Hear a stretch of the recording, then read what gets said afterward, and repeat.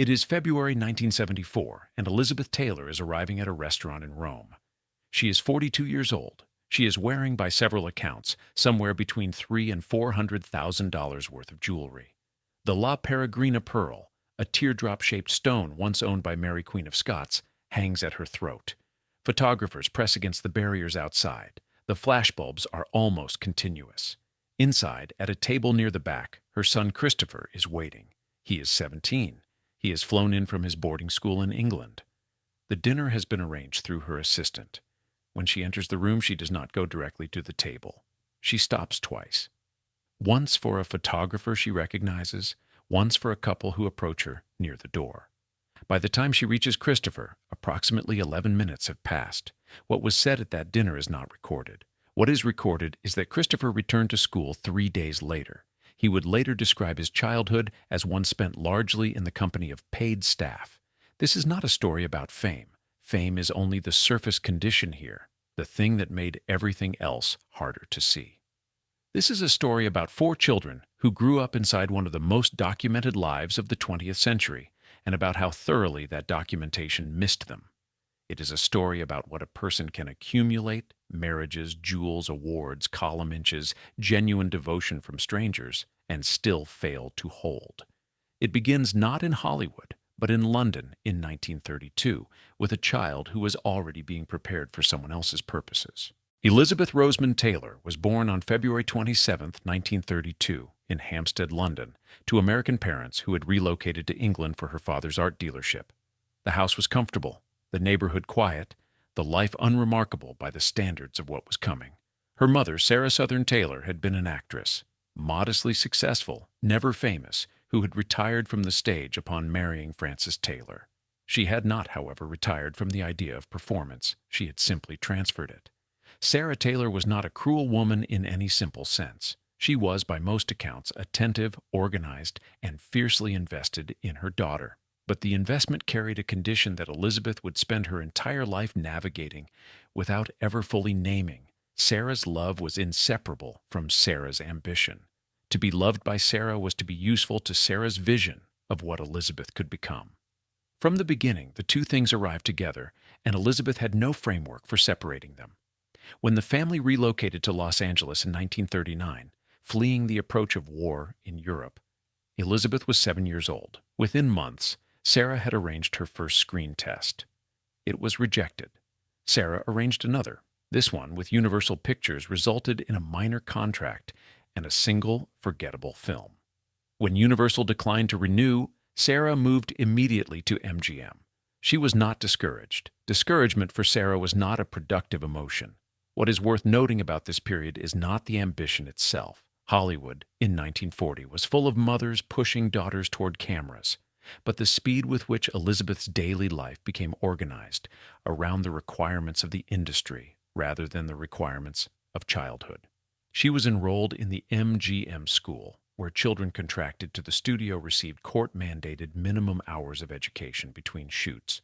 Her social world narrowed to other child actors, to studio staff, to her mother. Ordinary childhood infrastructure, neighborhood friendships, unscheduled afternoons, the low-stakes texture of anonymous growing up, was largely absent. By 1942, she was 10 years old and filming National Velvet, the role that would make her a recognizable face across the country. The production required her to ride horses at a level of intensity that her body was not yet equipped for. She was thrown. She injured her back. The injury was managed, minimized, and filming continued.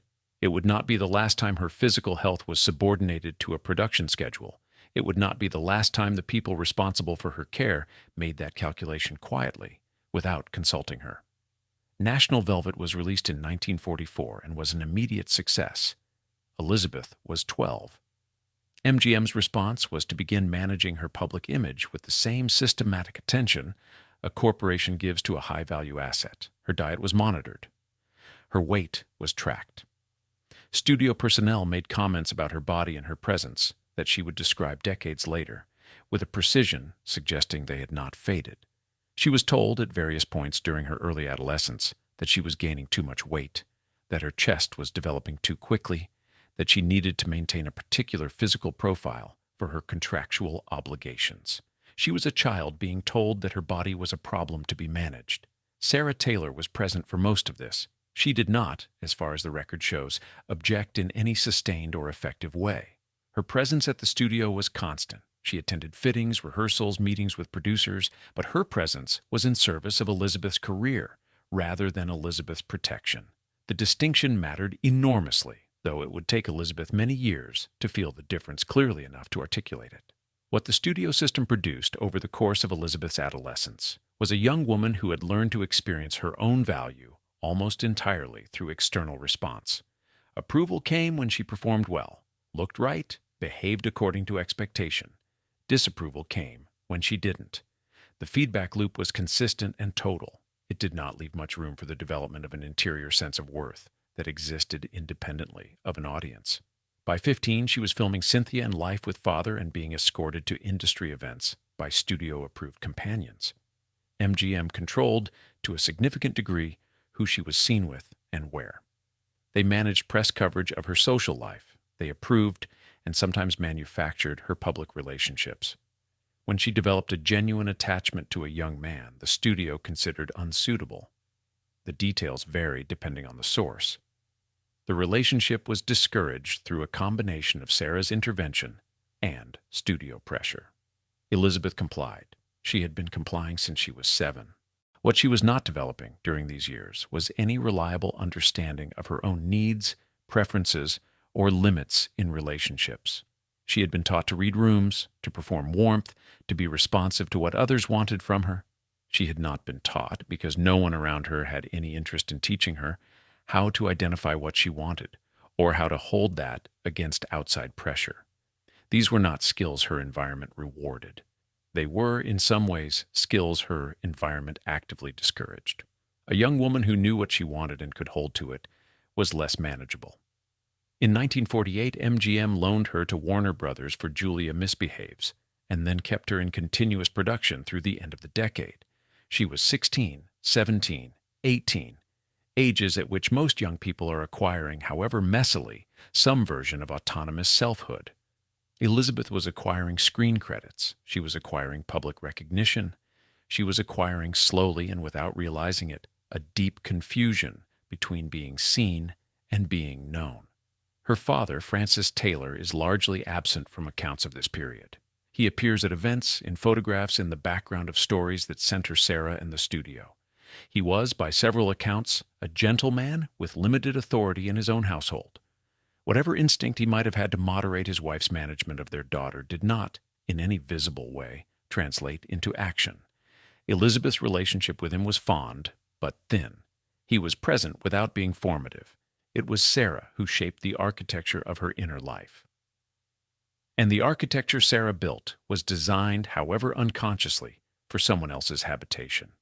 By the time Elizabeth Taylor turned 18, she had appeared in 10 films. She had never lived alone, managed money, chosen her own projects, or spent a significant period of time outside of institutional supervision. First the studio, always her mother. She was about to get married. In 1950, Elizabeth Taylor was 18 years old and under full contract to MGM. The studio had by this point invested nearly a decade in her development as a commercial property, and the return on that investment was becoming substantial. Father of the Bride was released that year and performed extraordinarily well. Audiences responded not only to her performance, but to something more immediate and harder to quantify: the particular quality of her appearance, which had by her late teens become the kind of face that stopped conversations.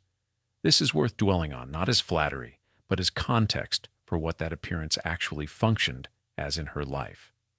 Elizabeth Taylor's beauty was, from the moment it became fully visible, something that happened to other people. It produced responses in rooms before she had spoken. It generated reactions she had not solicited and could not control.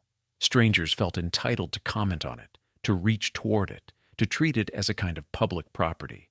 The studio, which had been monitoring and managing her physical presentation since she was 10, now had something they considered nearly perfect, and they intended to use it with precision.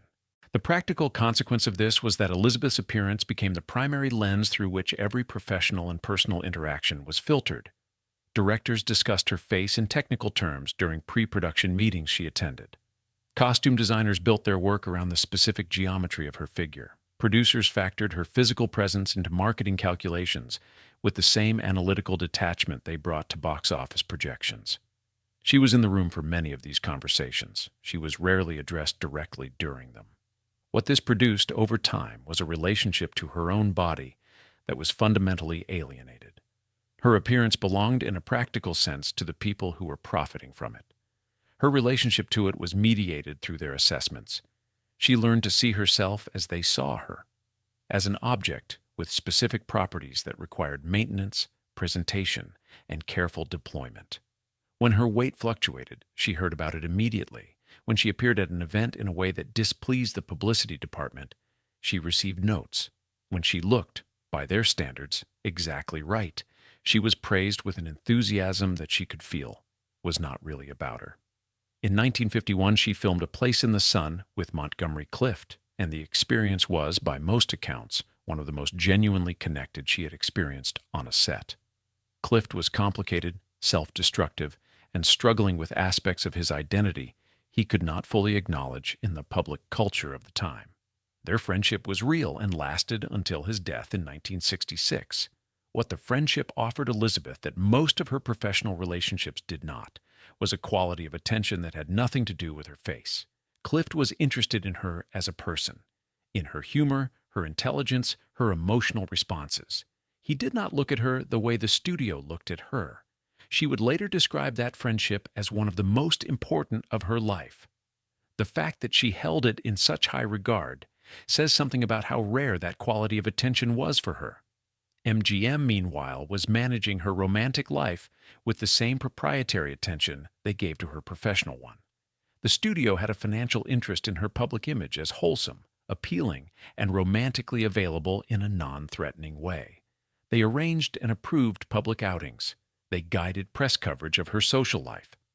When genuine attachments formed that complicated this image, the studio's preference generally prevailed. Sarah Taylor and the studio operated, in this domain, in close alignment.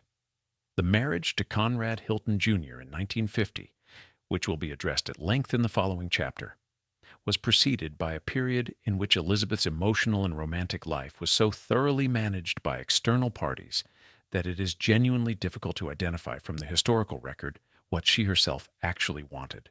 She was presented with options, guided toward preferences, and praised or discouraged based on how those preferences served other people's interests. By the time she was 19, she had not spent a single, sustained period making significant decisions for herself. There is a photograph from 1951 that appears in several collections of the period. Elizabeth is on a studio lot between takes, sitting in a folding chair, still in costume. She is looking slightly to the left of the camera, not posing, not performing, apparently unaware the photograph is being taken. She looks, in it, extraordinarily tired. Not the tiredness of a long shooting day, but something more settled. The photograph circulated primarily as a glamour image. The tiredness was not what people were looking at. Her physical health during this period was already more complicated than public appearances suggested. The back injury from National Velvet had never fully resolved. She was experiencing chronic pain that would become a permanent feature of her adult life, managed for years through a combination of willpower, professional obligation, and, increasingly, prescription medication. The studio was aware of the injury and its persistence. It did not significantly alter her production schedule.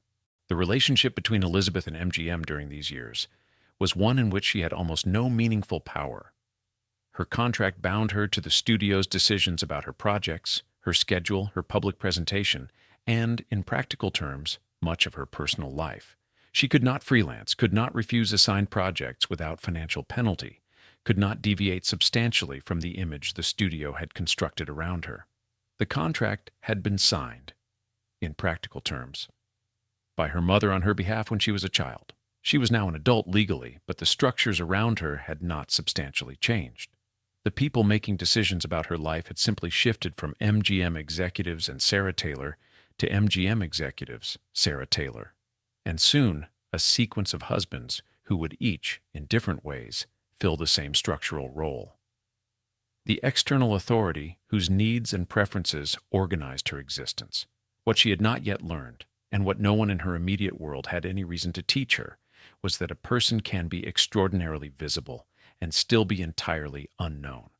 That attention and intimacy are not the same thing, that being desired is not the same as being valued. She was 19 years old, recently married, and already beginning to understand, without having the words for it, that something was wrong.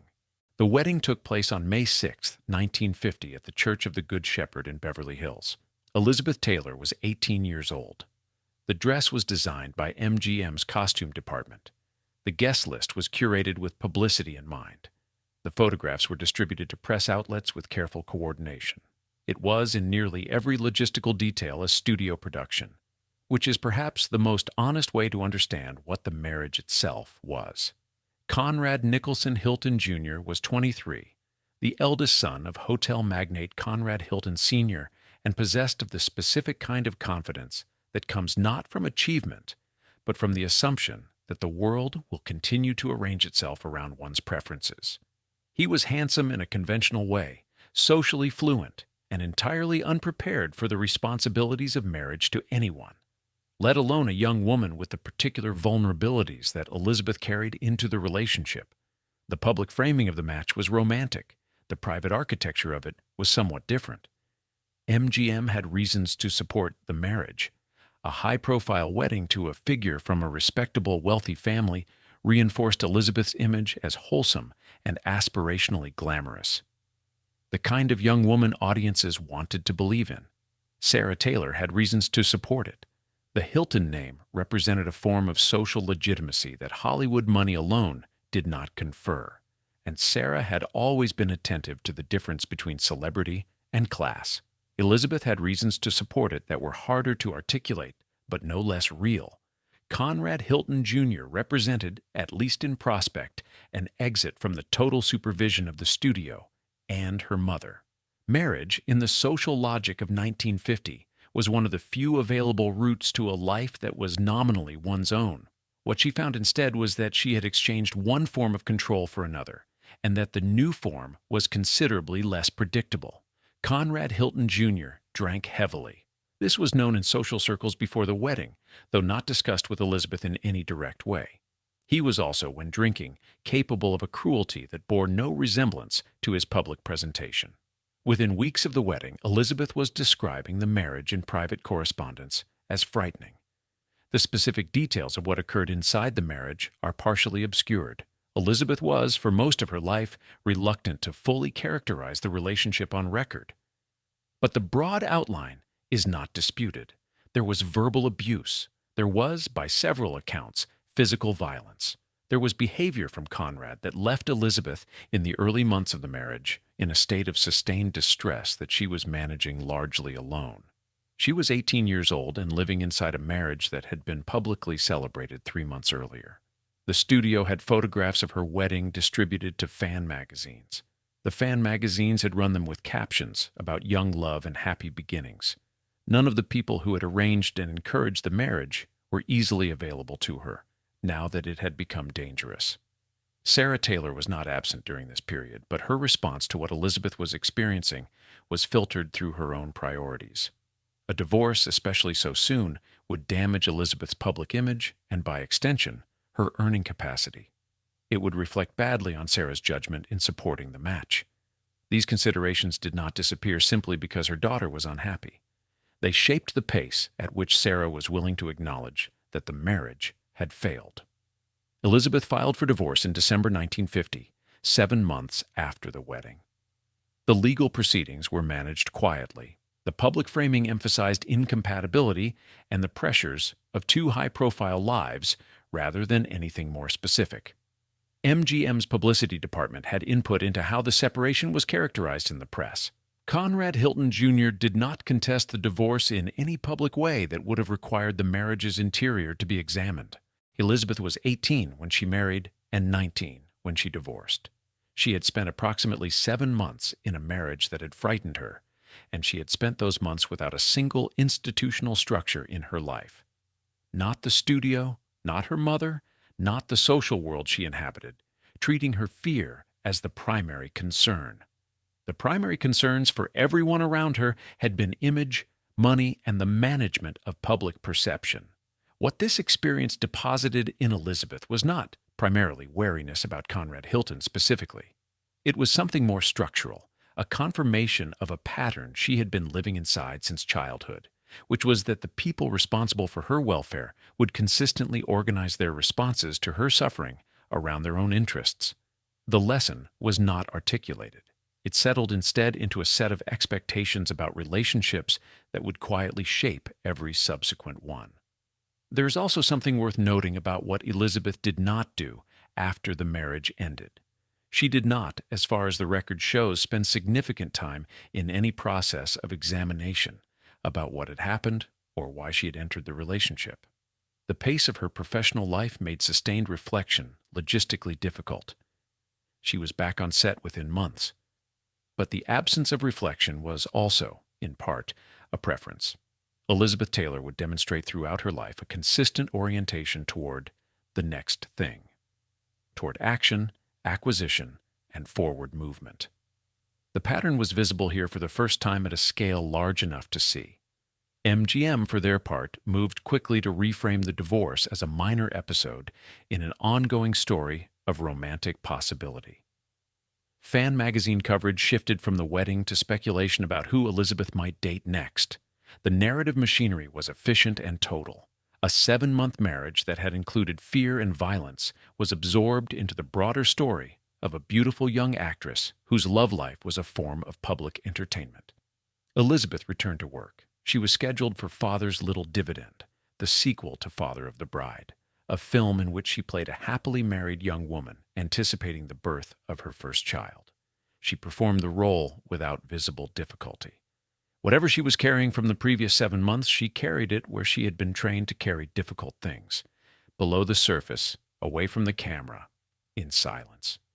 She was 19 years old and already practicing a form of compartmentalization that would define the rest of her life.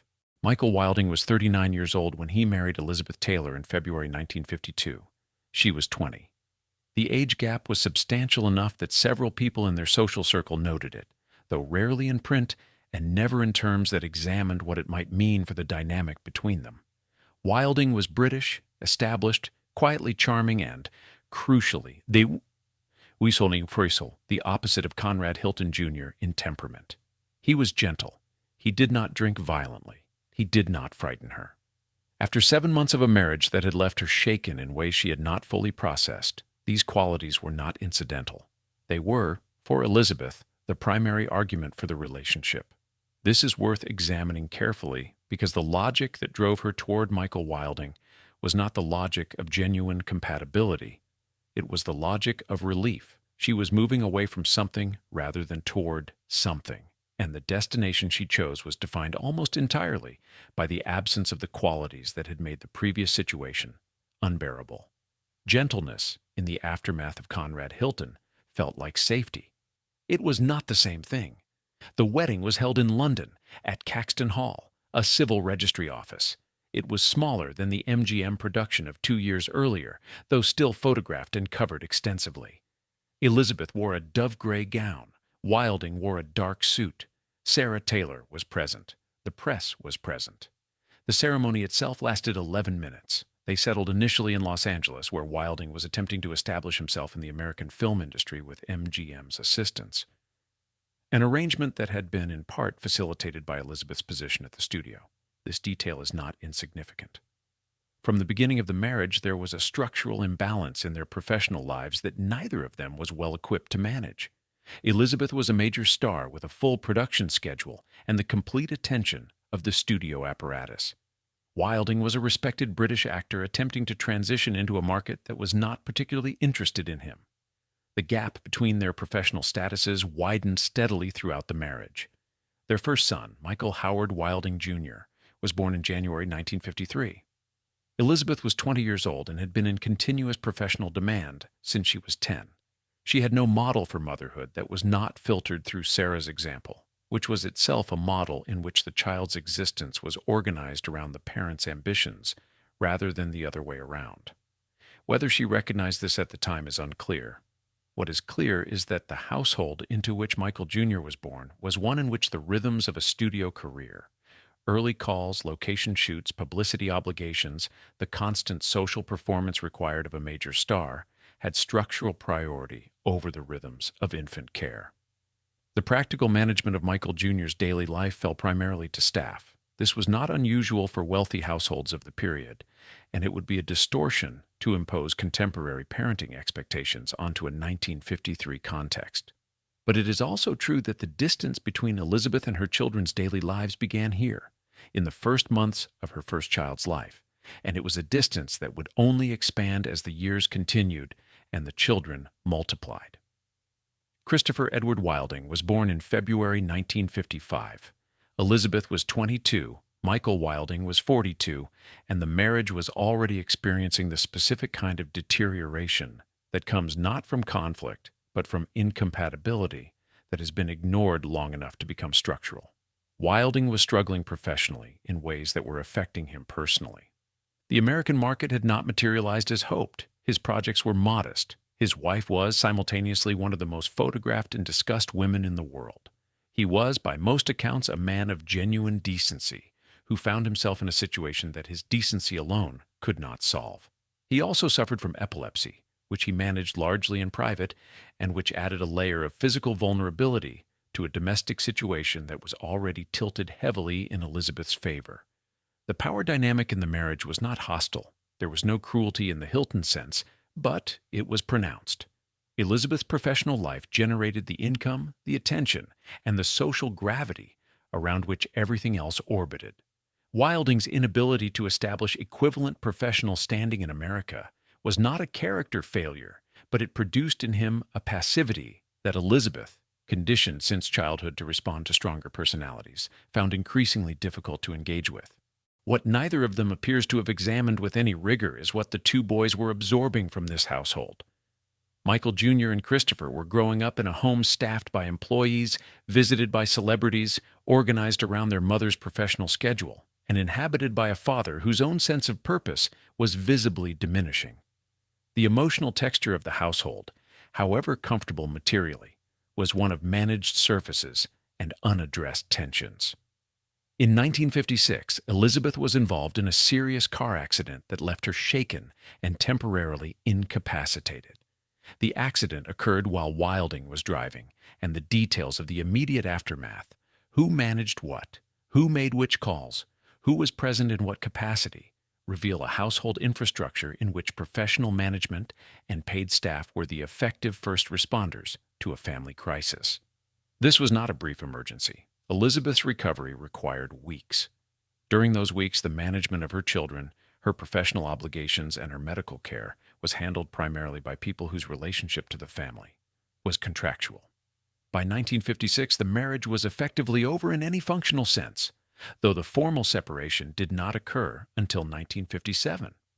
Elizabeth later described the relationship with Wilding with a kind of fond dismissiveness, a not quite right match between two people who had wanted different things. This framing, which she returned to in various interviews over the years, is not inaccurate, but it is incomplete. It does not account for what the marriage had actually been, a domestic arrangement in which two small children were raised primarily by employees, in the orbit of a mother whose emotional and professional attention was directed almost entirely elsewhere, in a household whose internal difficulties were managed through the same mechanisms of avoidance and external management that had characterized Elizabeth's own upbringing. Michael Jr. and Christopher were 4 and 2 years old when their parents separated. They would spend the following years moving between households, stepfathers, schools, and countries, accumulating the specific kind of rootlessness that wealth can purchase but cannot disguise. Michael Todd arrived in Elizabeth Taylor's life in 1956 with the specific force of a personality that had no interest in occupying a secondary position. He was 50 years old to her 24, a theatrical producer of considerable reputation and considerably larger self-regard, a man who had survived bankruptcy twice and emerged from both collapses with his confidence not merely intact, but amplified. He was not gentle in the way Michael Wilding had been gentle. He was loud, possessive, extravagant, and entirely certain that the world owed him the full attention of everyone in it. Elizabeth, who had spent 4 years in a marriage organized around a man's quiet diminishment, responded to Todd's forceful presence with something close to relief. This requires some examination. The relief Elizabeth felt in Todd's company was not incidental to what followed. It was the engine of the relationship. After Wilding's passivity, Todd's dominance registered as vitality. After years of being the gravitational center of a household by default, she found something genuinely restful in the company of a man who insisted on being the center himself. She did not have to carry the room when Todd was in it. He carried it without effort and without request. For a woman who had been performing for audiences since she was 7 years old, the experience of being, for once, the audience rather than the performer was not a small thing. They married in February 1957 in Acapulco, Mexico, 11 days after her divorce from Wilding was finalized. The wedding was characteristic of Todd's approach to everything, excessive, theatrical, and arranged for maximum public impact. The guest list included Marlene Dietrich and Cantinflas. There was a fireworks display. The champagne was Dom Perignon. Photographs were sold to press outlets in advance. The entire event was less a private ceremony than a produced entertainment, which was, for Todd, simply how existence was conducted. Elizabeth was 24 and pregnant. Their daughter, Elizabeth Frances Todd, who would later be known as Liza Todd, was born in August 1957. She was Elizabeth's third child and the first born into a household where the father was, at least in temperament, the dominant presence. Michael Jr. was 4, Christopher was 2. The household now contained 3 children under 5, a mother whose professional obligations had not diminished, and a stepfather whose primary mode of engagement with the world was theatrical performance rather than domestic intimacy. Todd's relationship with Elizabeth's older sons was not characterized in available accounts by any sustained paternal investment. He was not cruel to them, but he was also not particularly interested in them. His attention, which was considerable and enveloping when directed at Elizabeth, was not a resource he distributed widely. The boys were present in the household in the way that furniture is present, acknowledged, arranged, not engaged with. The staff managed their days. Todd managed Elizabeth, and his management of Elizabeth was total in ways that she found, during the marriage, not controlling, but caring. He bought her jewelry with an extravagance that was itself a communication, not merely of affection, but of ownership, of the statement that she was a possession worth extraordinary expenditure. He referred to her publicly and privately as his possession in language that was, even by the standards of 1957, pointed. She accepted this language and, by several accounts, used similar language in return. The mutual possession framing was something she experienced as romantic rather than reductive. It would take years, and his death before any other interpretation became available to her. In October 1957, Todd's film Around the World in 80 Days won the Academy Award for Best Picture. He was at the height of his professional power. Elizabeth attended the ceremony in a dress that was discussed in press coverage at approximately the same length as the film itself. They were, as a couple, functioning as a kind of public spectacle. 2 outsized personalities whose union generated attention that fed both their appetites. Whatever was happening with Michael Jr., Christopher, and the infant Liza in the household behind this spectacle was not part of the public story, and from the available evidence was not a significant part of the private one either.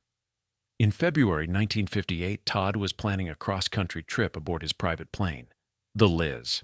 Elizabeth was ill. She had a respiratory infection that her doctor advised her not to fly with. There are varying accounts of whether Todd asked her to come despite her illness, or whether she was simply well enough by the time of departure to accompany him. What is known is that she did not board the plane. Her decision, or the circumstance that kept her home, saved her life. The Liz crashed in the mountains of New Mexico on March 22, 1958. Michael Todd was killed, along with everyone else aboard. He had been her husband for 13 months. The grief that followed was not simple, and simplifying it would misrepresent what actually occurred in Elizabeth's life in the months after Todd's death. She had loved him with a completeness she had not brought to either previous marriage, and his death removed not just a person, but an entire structural logic from her existence. Todd had been, among other things, the organizing center of her daily life. his appetites, his plans, his demands, his extraordinary neediness dressed as generosity. These had given her days a shape. Without him, the shape collapsed. She was 26 years old, the mother of 3 children under 5, and in a grief she did not know how to manage and had no institutional support for managing. The studio's response was primarily logistical. There were contractual obligations, production schedules, publicity commitments that could not be indefinitely deferred. Sarah Taylor was present but limited in her capacity to address a loss this specific.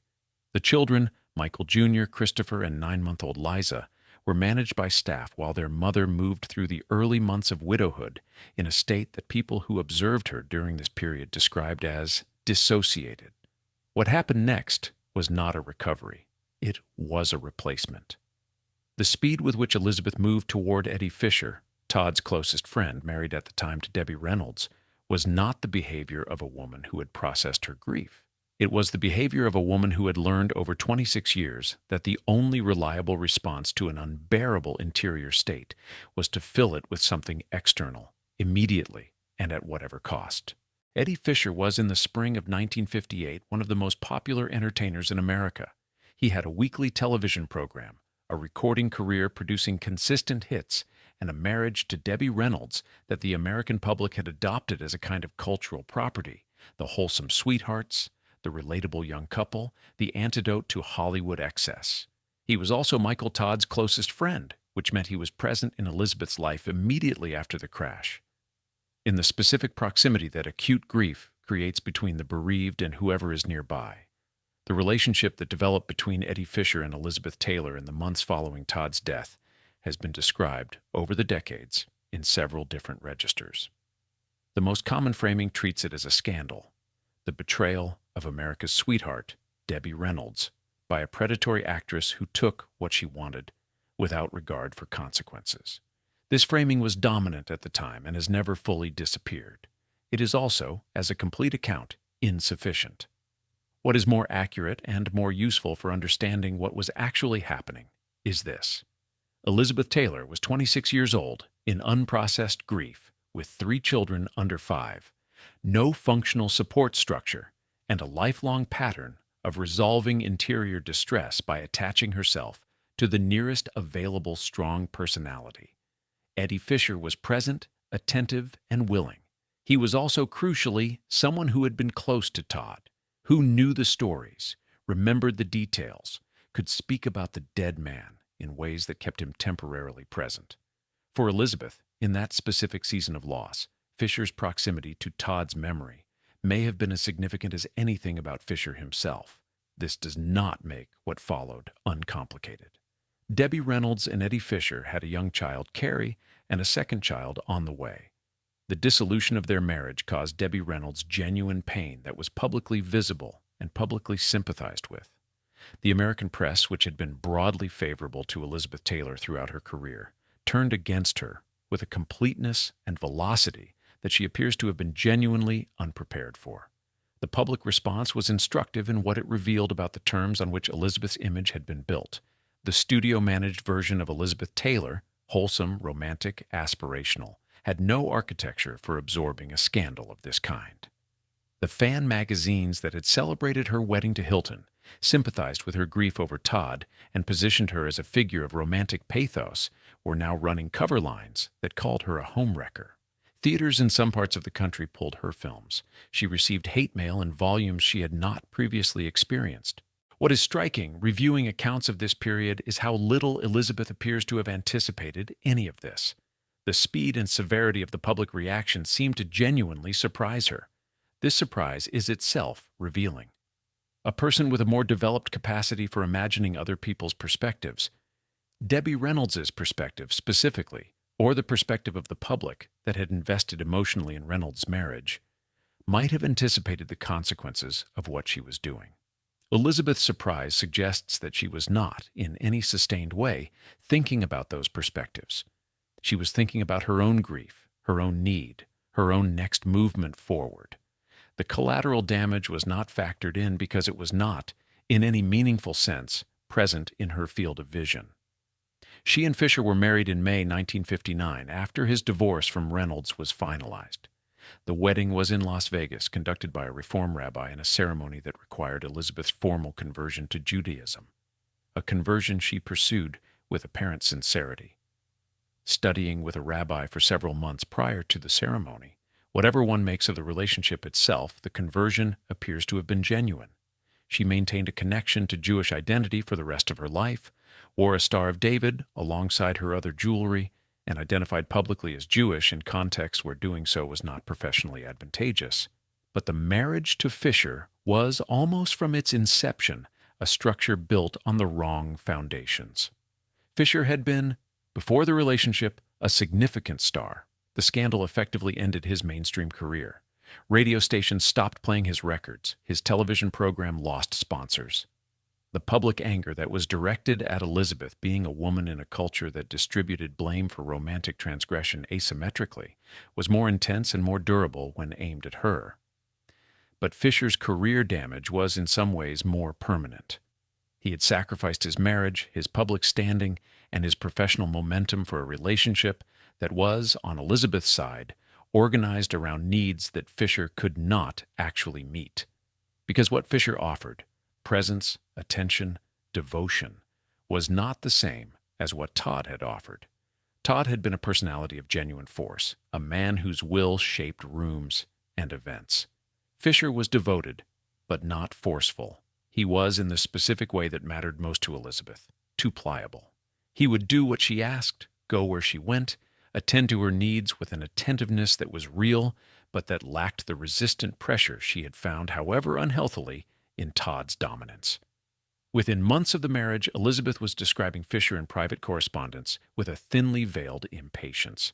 Her 3 children, Michael Jr., Christopher, and Liza, moved through this period in the care of staff, and periodically in the care of their respective fathers during custody arrangements that were managed primarily by lawyers. Michael Jr. and Christopher spent portions of this period with Michael Wilding, who had returned to England.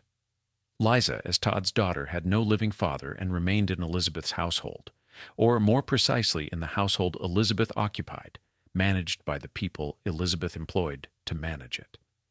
In 1960, Elizabeth was cast in Cleopatra at 20th Century Fox, a production that would become, for reasons that had nothing to do with ancient Egypt, the axis around which her entire life would reorient. The filming was scheduled to begin in London. Fisher accompanied her. Her children were arranged into the appropriate care structures. The machinery of her life was set in motion. She arrived in London in the autumn of 1960. Within weeks, she was seriously ill. A respiratory infection that became pneumonia, that became at one point a medical emergency requiring a tracheotomy that left a small scar at her throat that she would carry for the rest of her life. She nearly died. Fisher was present at the hospital. The press covered the medical crisis with the same intensity they brought to everything involving her.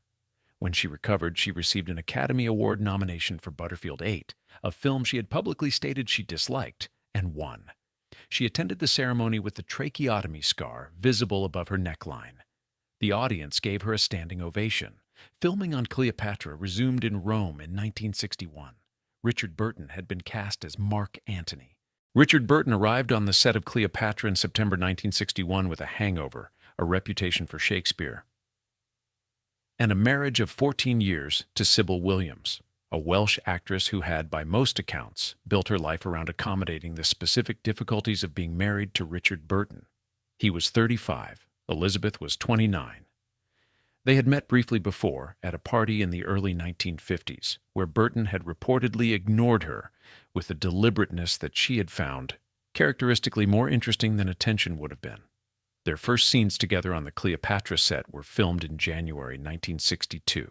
The director, Joseph L. Mankiewicz, noted in his production diary that something happened between them in front of the camera that was different from performance. Other crew members described the same thing in different language. The chemistry was visible, immediate, and, given that both parties were married to other people, immediately complicated. What developed between them over the following months was not a simple affair. It was a mutual recognition of a very specific kind. Two people who had each, in different ways, spent their lives performing for audiences, meeting someone who understood the performance from the inside. Burton was a man of extraordinary verbal intelligence, capable of the kind of sustained, specific attention to another person that Elizabeth had rarely experienced. He could quote Shakespeare and Welsh poetry from memory, and did so in her company not as performance, but as natural speech. He was also, in direct proportion to these gifts, a man of catastrophic self-destructiveness. The drinking was not incidental, it was structural, woven into everything he did, inseparable from both his brilliance and his damage. Elizabeth responded to this combination with the same pattern that had organized her previous relationships, but at a higher intensity than she had previously experienced.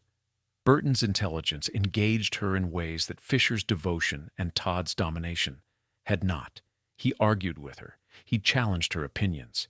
He was capable of cruelty that was specific and articulate. When he was drinking, he could identify the precise point of vulnerability in another person and apply pressure there with a verbal precision that was, in its way, as damaging as anything physical. Elizabeth, who had spent her life surrounded by people who managed her, rather than engaged with her, experienced even this as a form of intimacy. The affair became public knowledge in February 1962, when photographs of them together on the Cleopatra set reached the press. The Vatican newspaper condemned Elizabeth by name. Fan mail turned hostile. The production, already massively over budget, became a daily press spectacle. 20th Century Fox, which had invested more money in Cleopatra than any film previously produced, watched their asset become a liability in real time and had very limited options for responding. Sybil Burton remained in England with their two daughters. Eddie Fisher remained in Rome, in the villa Elizabeth had rented, in a situation that had become, by all accounts, deeply humiliating. He was present in a household from which he had already been emotionally evicted. His attempts to address the situation directly with Elizabeth were met, by her account and others, with a combination of impatience and indifference that is difficult to read generously. She was not, by this point, thinking about Eddie Fisher's experience. She was thinking about Richard Burton. The children, Michael Jr., Christopher, and Liza, were in Rome during parts of this period, housed in sections of the rented villa with their respective staff. They were 9, 7, and 4 years old. The household they were living in was the center of an international press scandal, staffed by people who read about their mother in the newspapers every morning, inhabited by a stepfather who was visibly distressed, and visited irregularly by a mother whose attention was directed almost entirely at a man who was not their father and who had not yet made any formal commitment to the family he was disrupting. What the children understood of this situation is not documented with any precision. What is documented is that their physical presence in Rome did not translate into meaningful contact with their mother during this period. Staff managed their days. Elizabeth managed the affair. Burton and Fisher's confrontation, when it finally occurred directly, was not the dramatic scene that the press imagined. Fisher, by his own account, asked Elizabeth directly whether she was in love with Burton. She told him yes. The conversation ended. Fisher left Rome within days. The marriage, such as it had remained, was effectively over. Burton did not immediately leave Sybil. This is a detail worth examining because it shaped the following year in ways that Elizabeth found genuinely destabilizing. Burton was, despite the affair, deeply ambivalent about dismantling his marriage and his family. He and Sybil had 2 daughters. He had a Welsh working-class background that had given him specific and durable values about family obligation that his behavior consistently violated, but never fully displaced. He drank more heavily during this period. He made promises to Elizabeth that he then qualified. He returned to Sybil at intervals. He wept, by several accounts, in both directions. Elizabeth, who had not previously experienced a man who was genuinely uncertain about her, who had been chosen, managed, and pursued with consistency by every significant figure in her life, found Burton's ambivalence destabilizing in a way that intensified her attachment rather than diminishing it. The uncertainty was new. The uncertainty was, in the specific psychology that her childhood had built, compelling. A secured thing had always, in her experience, eventually become a disappointing thing. An unsecured thing maintained its charge. Cleopatra was finally released in June 1963. It was the most expensive film ever made to that point, and a commercial disappointment that nearly destroyed 20th Century Fox. The film, that resulted from 2 years of chaos, medical emergencies, international scandal, and the complete dismantling of 2 marriages, ran 4 hours in its studio-cut version and was reviewed with a mixture of exhausted admiration and frustrated disappointment. Elizabeth's performance was considered adequate.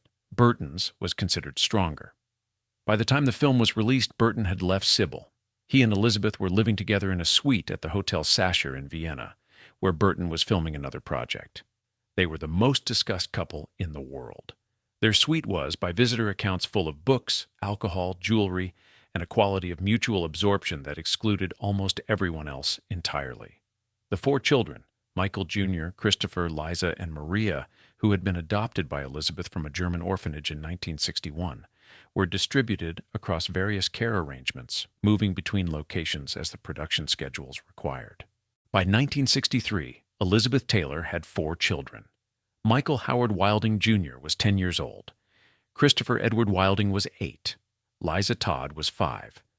Maria Burton, adopted in 1961 from a German orphanage, where she had been born with a hip deformity that had required surgical intervention, was 3.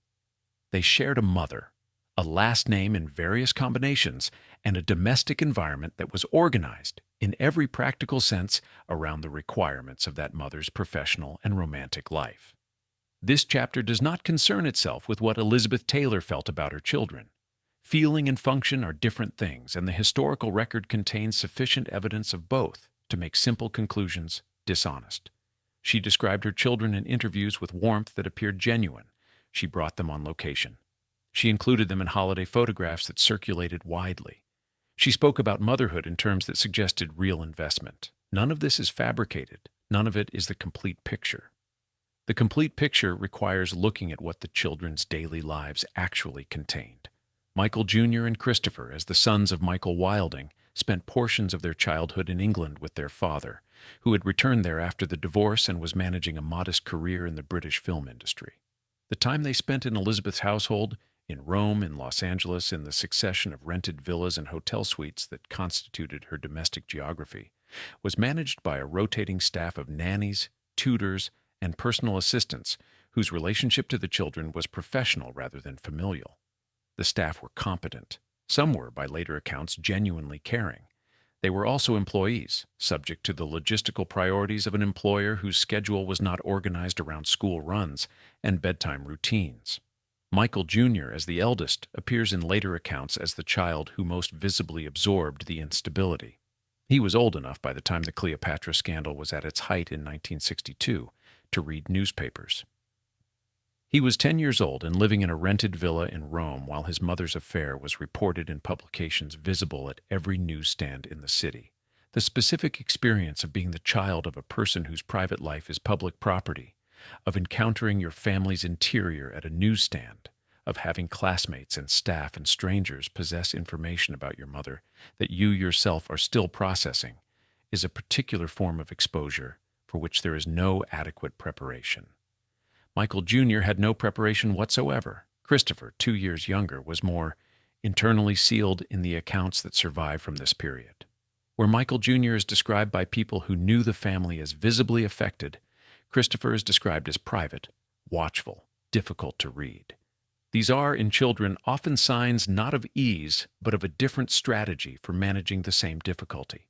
The child who becomes invisible in a chaotic household has generally made a calculation about the costs of visibility. Liza Todd occupied a specific position in the family that differed from her half-brothers in at least one significant respect. She was the daughter of Mike Todd, whose death had been, by Elizabeth's own account, the defining loss of her life. This meant that Liza carried, from birth, a symbolic weight that had nothing to do with her own person. She was the living connection to the man her mother had loved most completely. Whether Elizabeth was ever able to see Liza simply as Liza, as a child with her own needs and character and separate existence, is a question the historical record does not answer definitively. What it does suggest is that Liza's relationship with her mother was, from the beginning, complicated by grief in ways that a 5-year-old could not have understood and should not have been required to navigate. Maria's situation was in some ways the most structurally precarious of the 4. She had been adopted from a German orphanage in 1961, during the period when Elizabeth was still married to Eddie Fisher and the Cleopatra production was in its early chaos. The adoption had required considerable legal and logistical effort, partly because Elizabeth and Fisher were not immediately approved as adoptive parents. There were concerns, addressed through the intervention of various influential parties, about the stability of the household into which Maria would be placed. Those concerns were not unreasonable. Within months of the adoption, the household into which Maria had been placed was the center of an international scandal. Her adoptive father was being replaced by another man, and her adoptive mother's attention was directed almost entirely at the crisis that was consuming the adults around her. Maria had also arrived with physical needs that required ongoing medical attention. The hip deformity had been surgically addressed before the adoption, but she required follow-up care and, as she grew, additional procedures. The management of this medical care fell, in practical terms, to the household staff. Elizabeth attended significant appointments when her schedule allowed. When it did not, a senior member of staff attended in her place. In 1964, Elizabeth and Richard Burton married for the first time in Montreal. The household that resulted from this union was, by any objective measure, one of the most materially privileged in the world. Burton's earning capacity, combined with Elizabeth's, placed them in a financial category that few people in any era have occupied. The children had access to whatever money could provide: schools, medical care, travel, clothing, staff. What they did not have consistent access to was parental attention of the sustained, low-stakes daily variety that does not require resources but does require presence. Burton's relationship with the children was complicated in ways that varied by child. He was, by accounts from Michael Jr. and Christopher, not consistently engaged with them. He was not, in the Hilton sense, frightening. There is no record of anything directed at the children that constitutes abuse in any direct form. But he was a man whose world was organized around himself and Elizabeth, with limited peripheral attention available for anyone else. He could be charming to the children in short bursts. He could be funny and verbally generous in the way that very intelligent people sometimes are with children, treating them as small adults rather than condescending. But sustained, reliable paternal presence was not something he provided. The schools the children attended shifted with the geography of their parents' productions. They were enrolled in and withdrawn from institutions in Switzerland, England, California, and elsewhere, as the professional itinerary required. The disruption this produced, in friendships, in educational continuity, in the simple accumulation of a stable local world, was not discussed as a cost in any surviving account from the adult members of the household. It was managed as a logistical matter. In 1965, Michael Jr. was 12 years old. He had lived in 4 countries, attended at least 6 schools, and had 3 stepfathers. He would later say, in one of the rare interviews he gave as an adult, that he could not remember a time when his life felt like it belonged to him. In October 1969, Richard Burton purchased a diamond at auction that weighed 69.42 carats. It had been cut from a stone found in a premier mine in South Africa, had briefly belonged to Cartier, and had been the subject of a bidding war that generated international press coverage before the hammer fell. Burton paid just over $1 million for it. He gave it to Elizabeth. She wore it first to a party in Monaco, suspended from a necklace designed specifically for its dimensions, where Princess Grace examined it at close range and said something that was not recorded but was described by witnesses as admiring. The diamond, which became known as the Taylor-Burton diamond, was insured for a sum that exceeded the annual budget of several small nations. Elizabeth wore it to a small number of events and then placed it for extended periods in a vault. It was an object that existed primarily as a statement. The statement was about acquisition, about scale, about the specific language that Burton and Elizabeth had developed between them, in which love was expressed through objects of increasing magnitude. This language had been developing since the early years of their relationship. Burton had given her the Krupp diamond in 1968, a 33.19-carat emerald-cut stone he had purchased at the estate sale of Vera Krupp, widow of the German arms manufacturer. Elizabeth, when asked about the Krupp diamond in interviews, said that she liked the idea of a Jewish woman wearing a Krupp diamond. This was a genuine statement and a characteristic one. She had a quality of directness that could be disarming, but it also functioned as a reframe that moved attention away from the scale of the expenditure and toward a narrative she was more comfortable inhabiting. By the late 1960s, Elizabeth and Burton had accumulated a collection of jewelry that was genuinely extraordinary by any historical measure.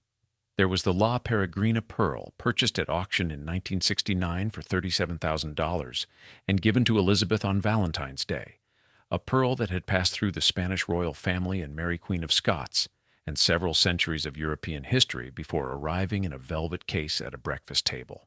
There was the Taj Mahal diamond, a heart-shaped stone with a Mughal inscription dating to the 17th century. There were emeralds, rubies, and sapphires in settings commissioned from the major houses, Bulgari, Cartier, Van Cleef, and Arpels, which Elizabeth visited the way other people visit grocery stores, with regularity and without particular ceremony. The Bulgari visits in Rome were frequent enough that the jeweler's staff knew her preferences in advance of her arrival. She bought pieces the way Burton bought books, impulsively in volume, trusting appetite over deliberation. Both habits were expensive. Burton's library, by the mid-1960s, contained thousands of volumes that traveled with him in crates between locations. Elizabeth's jewelry traveled in a custom-fitted case managed by a dedicated member of staff whose primary responsibility was the security and maintenance of the collection. What was happening to the children during this period requires the same quality of attention that press coverage of the time entirely withheld. Michael Jr. was completing his secondary education in England at a boarding school chosen for its reputation and its distance from the chaos of his parents' lives. He was a teenager in the mid-1960s, an era of considerable social and cultural disruption, attending an institution his mother selected and his stepfather paid for, developing a self that had limited input from either of them. He was intelligent, by accounts from people who knew him during this period, and angry in a way that had not yet found its full expression. The anger was not irrational. It was a reasonable response to a childhood that had given him every material advantage and almost none of the ordinary emotional infrastructure that children require. Christopher was following a similar educational trajectory, also in England, also at a boarding school, also largely outside the immediate orbit of his mother's life. The physical distance between the boys and Elizabeth during these years was not incidental. Boarding school was, in the social world Elizabeth inhabited, the expected structure for children of their class and circumstance. That it also conveniently removed the children from the immediate domestic environment was not something that appears to have been examined by anyone involved as a cost rather than an arrangement. Liza Todd was in school in Switzerland during parts of this period, at an institution attended by the children of other wealthy international families. Film people, business people, the specific floating international class that the 1960s produced in some volume. Her classmates were similarly rootless. Her situation was, in the company she kept, unremarkable. This is itself a remark worth making. There was a social world in which 4 children under 10 being distributed across European boarding schools, while their parents traveled between film sets, was not unusual. The normalization of the arrangement within that world did not neutralize its effect on the children. Maria, the youngest, had the most complex position of the 4. She had arrived in the family already having experienced the specific losses that early institutional life produces, and she entered a household that, whatever its material generosity, was not organized around stability. Her adoptive father was not reliably present. Her adoptive mother was not reliably present. The adults who were reliably present were staff. She was a small child with a history of physical vulnerability in a household whose center of gravity was located in 2 very large adult personalities, whose orientation toward each other left limited peripheral attention for a child with quiet needs. Burton and Elizabeth traveled constantly throughout the late 1960s. The professional demands were real. Both were among the most sought-after film stars in the world, commanding fees that reflected that position. But the travel also served a function beyond the professional. Movement was something they were both comfortable with. The obligation to be somewhere specific was a reliable structure. The yacht, the Charisma, purchased in 1967, provided a mobile household that required no fixed address and no community and no accumulation of the local obligations that fixed domestic life generates. The Charisma had a crew of 12. It had a dining room that seated 14. It had a library, a projection room, and a security system for the jewelry. When all 4 children were aboard simultaneously, which was not the standard configuration, They occupied cabins in the rear section of the vessel, managed by their respective staff, visible at meals when the schedule permitted. In 1968, Burton and Elizabeth both appeared on the cover of Life magazine in the same month, in separate issues. In 1968, Michael Jr. was 15 and had not lived in the same house as his mother for more than 6 consecutive weeks in the preceding 2 years. The first divorce from Richard Burton was filed in June 1974 in Sardinia. Elizabeth was 42. Burton was 48. They had been married for 10 years, had made 11 films together, had accumulated possessions that required a dedicated staff member to inventory, and had spent the last several of those years in a relationship that had become, by degrees, something neither of them could sustain, but neither could cleanly leave. The deterioration had not been sudden. It had been the kind of gradual erosion that produces, in the people experiencing it, a quality of exhaustion more than grief. The tiredness of two people who have been having the same argument in different forms for long enough that the argument has become the relationship. Burton's drinking had worsened progressively through the early 1970s. Elizabeth's consumption of alcohol and prescription medication had increased in parallel. The two of them together in the later years of the marriage had a quality that people who visited them during this period described with careful language, words like difficult or unpredictable or intense, that were covering something more specific. The specific thing was this: they had, over a decade, developed a dynamic in which conflict and reconciliation were so thoroughly intertwined that neither could be experienced without the other. An argument was not resolved, it was exhausted. A reconciliation was not peace, it was the temporary absence of hostility that preceded the next argument. The jewelry, the yacht, the constant travel, the films made together. These had been in part the material through which the relationship's emotional content was expressed and managed. When the material abundance was no longer sufficient to absorb the tension had nowhere to go but toward each other. What was happening to the 4 children during the final years of the first Burton marriage is again imperfectly documented and therefore requires care. Michael Jr. was 21 in 1974 and effectively outside the immediate household, having made the transition to an adult life that was, by his own later account, conducted at considerable distance from his mother. He was not estranged in a formal sense. Contact was maintained, but the contact was intermittent and managed. He would later describe the period of his early 20s as one in which he was trying to construct a life that bore no particular resemblance to the one he had grown up inside. Christopher was 19, also at the outer edge of the household, also in the process of establishing an autonomous life. His relationship with Elizabeth during this period was, by available accounts, strained in ways that were not publicly discussed. He had grown up as the quiet one, the watchful one, and that watchfulness had deposited in him a set of observations about his mother and her successive households that he was not, at 19, particularly inclined to soften. He would say, in one of his few public statements about his childhood, that growing up as Elizabeth Taylor's son had meant growing up as a footnote. Liza Todd was 16 in 1974, still formally within the household, in a way her older brothers were not. She was attending school in Switzerland and spending portions of her non-school time in whatever location her mother was occupying at any given point. The divorce from Burton would have been, for Liza, the third dissolution of a parental partnership she had observed, and the second involving Burton specifically. Which is to say, the second time the man who had functioned as her primary father figure was being removed from the household.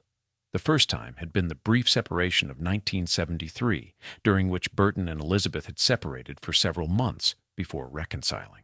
The reconciliation had lasted approximately 1 year before the final divorce was filed. Maria was 13 in 1974, the youngest, still in school, still moving between institutions as the geography of her parents' lives required. She had spent her entire conscious life within the structure of the Taylor-Burton household and had no prior domestic experience against which to measure it. The divorce was, for her, not a departure from a stable baseline, but another movement in a life that had always been in motion. The divorce settlement was managed by lawyers on both sides with the efficiency that very wealthy people's lawyers bring to the dissolution of very wealthy marriages.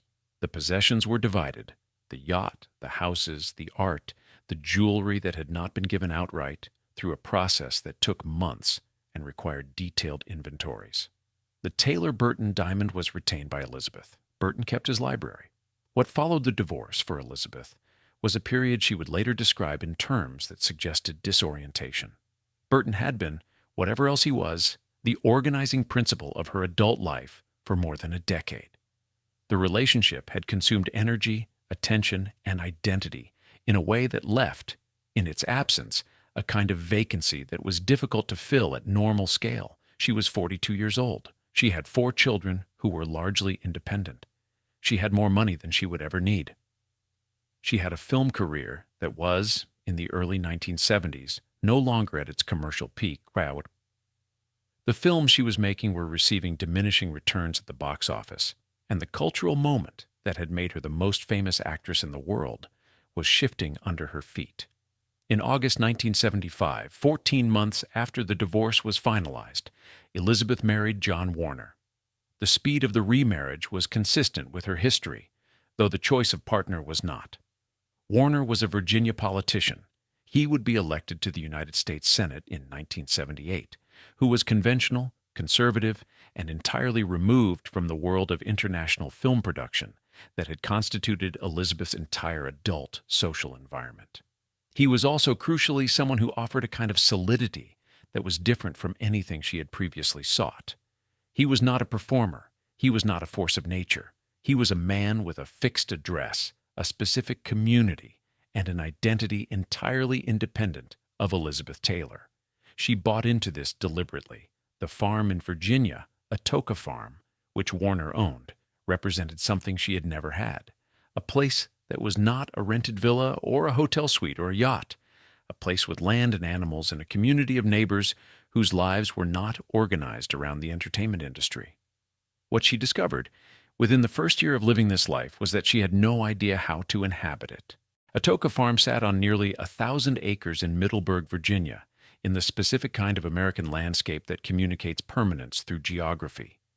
Rolling hills, split-rail fences, horses in pasture, the kind of countryside that old money has always preferred precisely because it looks like it has never been arranged. John Warner had deep roots in this world.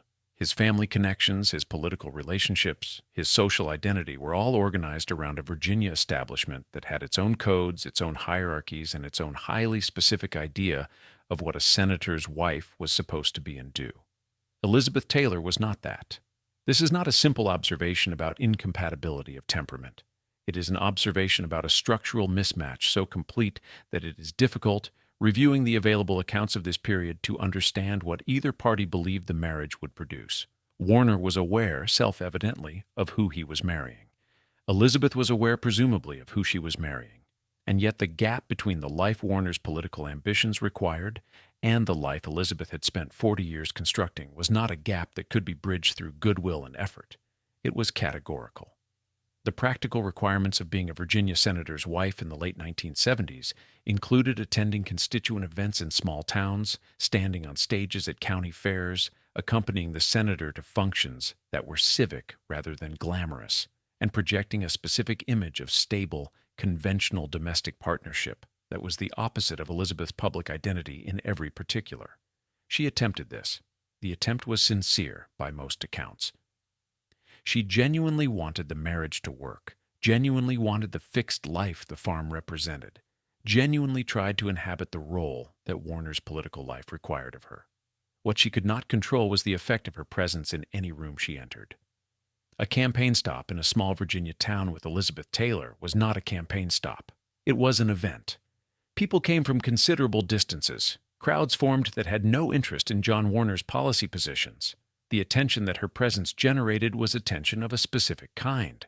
The attention of people who had been consuming her image for decades, who felt, in the peculiar intimacy that celebrity creates, that they knew her. This attention did not diminish because she was now a senator's wife. It did not redirect toward Warner because she was standing next to him. It remained fixed on her, and it was in the context of a political campaign in which Warner was supposed to be the subject, something close to a problem. Warner won his Senate seat in 1978 by a margin of less than 1%. His campaign staff were candid. in private and later in print, about the degree to which Elizabeth's involvement had been a double-edged instrument, generating crowds that would not otherwise have appeared, while also making it nearly impossible for Warner to be seen as anything other than Elizabeth Taylor's husband.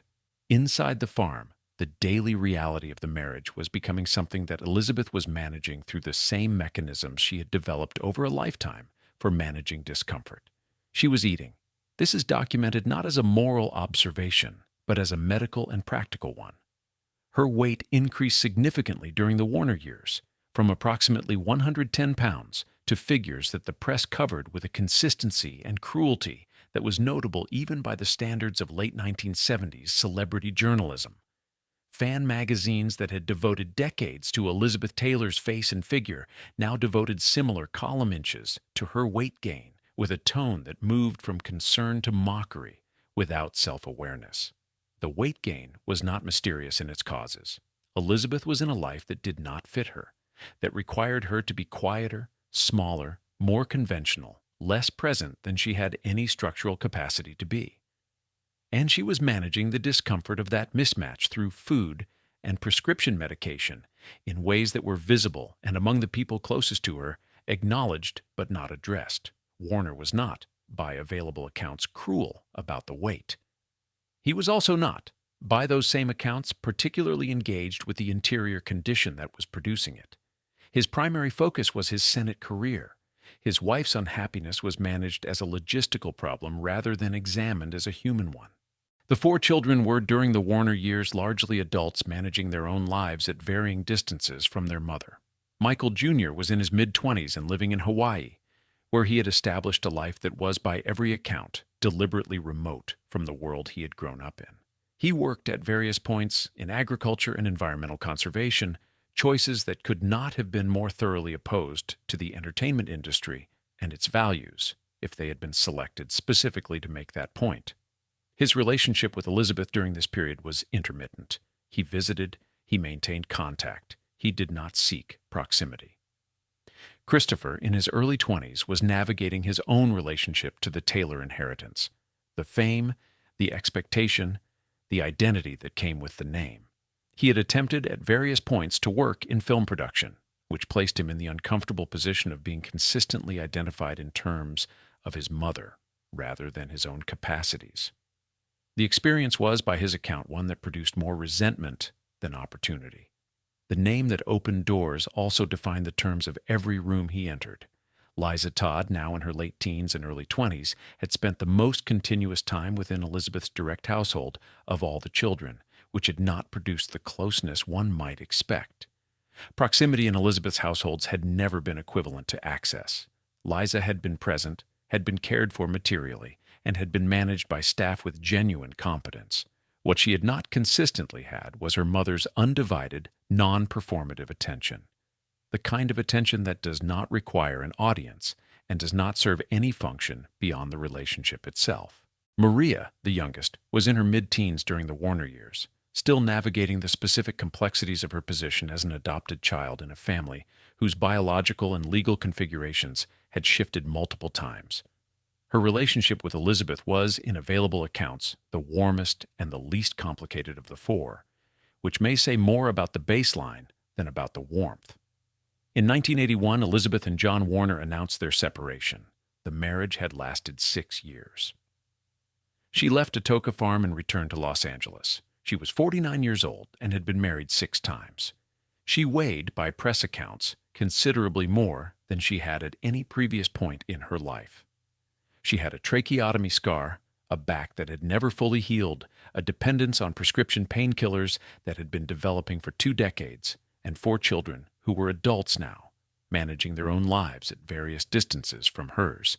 She checked into the Betty Ford Center in 1983. The Betty Ford Center opened in Rancho Mirage, California, in October 1982, founded by the former First Lady, whose own public acknowledgement of addiction had been for its time an act of considerable personal courage. By the time Elizabeth Taylor checked herself in during December 1983, the center had already begun to develop the specific cultural cachet that attaches to institutions where the wealthy address their difficulties in the company of other wealthy people. It was, in the social world Elizabeth inhabited, a place one could go without complete disgrace, which was itself a precondition for her going, since complete disgrace was not something her psychology had any developed tolerance for. She was 51 years old. She had been dependent on prescription painkillers for approximately 20 years, the dependency having begun, by most accounts, in the early 1960s when the chronic back pain from the national velvet injury was being managed through a combination of medications whose cumulative effect on her system had been building quietly ever since. She had been drinking heavily for most of her adult life, a habit so thoroughly normalized within the social world she inhabited. The Burton years, specifically, had established a daily alcohol consumption that most clinical frameworks would classify as severe dependency. That it had ceased to register as a problem and had become simply a condition of her existence. The decision to enter the Betty Ford Center was, by her own account, driven partly by her children. The specific mechanics of who said what and when are described differently in different sources. Elizabeth's own account, given in interviews after her treatment, emphasizes her own agency in the decision. Accounts from people closer to the family suggest that the children's concern was more directly causal than she publicly acknowledged. What is consistent across accounts is that by late 1983, the people in Elizabeth's immediate life had reached a point where the dependency could no longer be managed around. Michael Jr., Christopher, Liza, and Maria were in their 20s and late teens by this point, old enough to identify what they were seeing, old enough to have accumulated years of observation about what their mother's relationship to substances actually looked like, and old enough to articulate concern in terms that Elizabeth could not entirely deflect. The intervention, formal or informal, that preceded her admission is not fully documented. What is documented is that she went. The treatment lasted 7 weeks.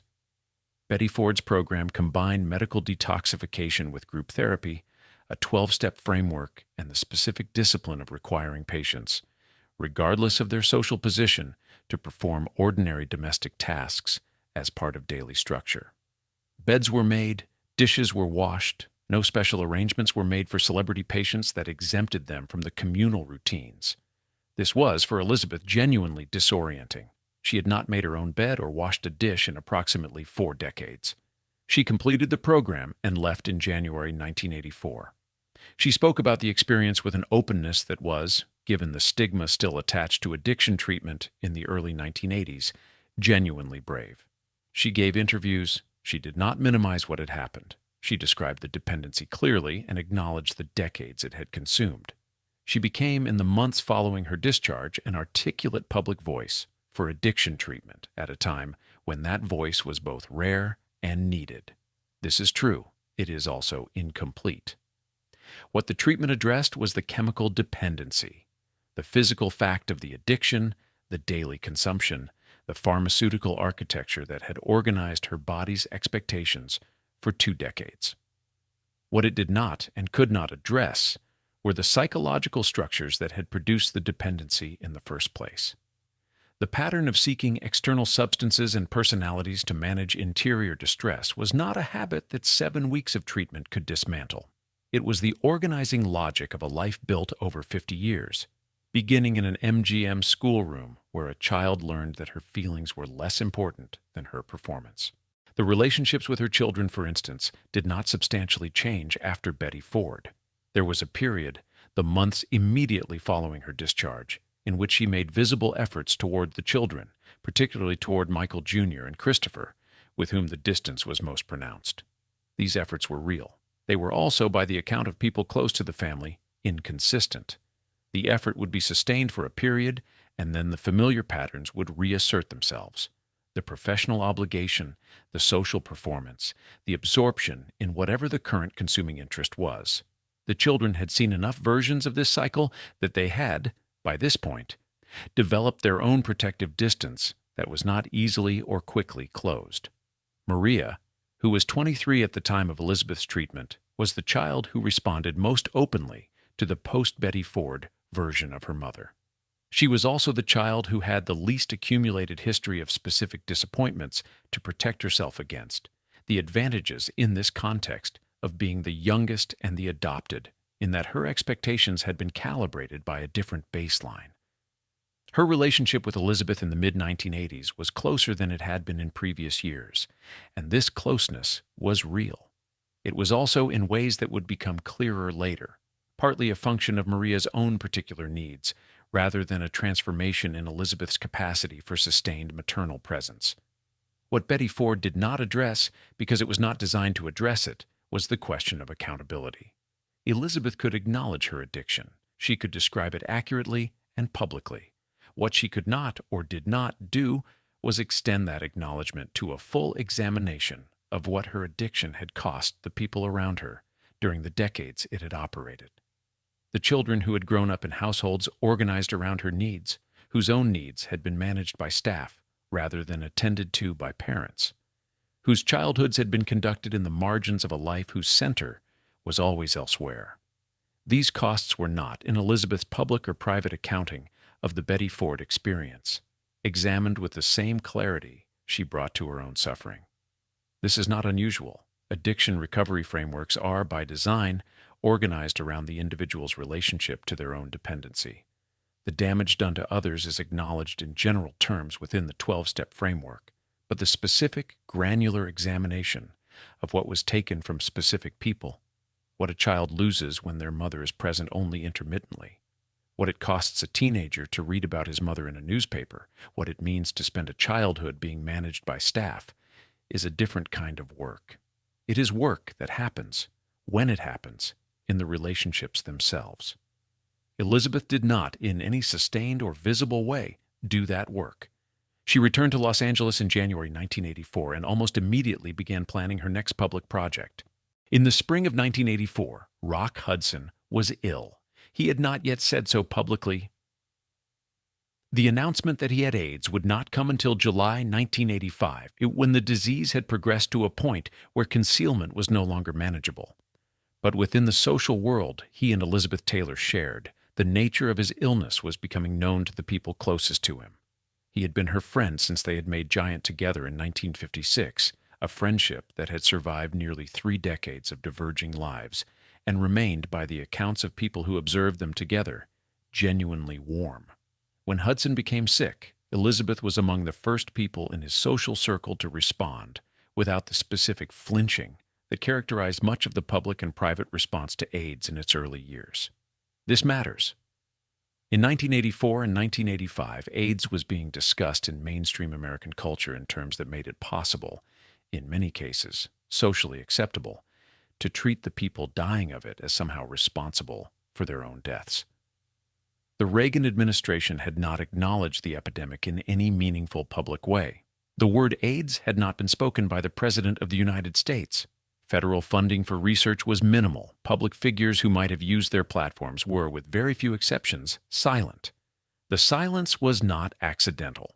It was a response to the perceived political cost of association with a disease that was understood, in the political culture of the moment, as belonging to populations whose suffering many in power were comfortable ignoring.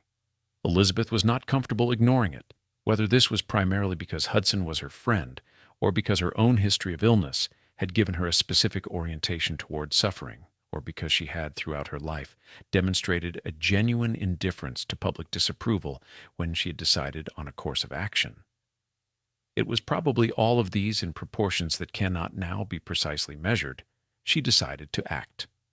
In 1985, she agreed to chair the first major fundraising dinner for AIDS research, an event organized by the nascent American Foundation for AIDS Research, known as AMFAR.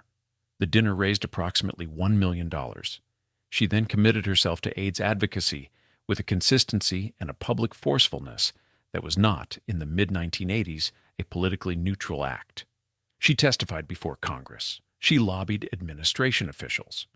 She used her access, the specific access that comes from being the most famous actress in the world and therefore someone that people in power will meet with, to push for federal funding in a context where the White House had demonstrated no inclination to treat the epidemic as a national emergency. She was persistent, specific, and willing to be uncomfortable in rooms where discomfort was not welcome. By 1991, she had founded the Elizabeth Taylor AIDS Foundation, which would distribute funding to organizations providing direct services to people living with HIV and AIDS: food, housing, medication, more the material requirements of living with a disease that was, in the early 1990s, still a death sentence for most of the people who contracted it. The foundation was a genuine institutional commitment, not a charity gala with her name attached. She attended board meetings. She reviewed funding decisions. She brought to the work the same quality of determined, specific engagement that she had brought, at various points in her life, to the things that genuinely interested her. This is all true. The advocacy was real, consequential, and achieved things that might not have been achieved without her specific combination of access, persistence, and willingness to be publicly associated with a disease that her social world was largely treating as someone else's problem.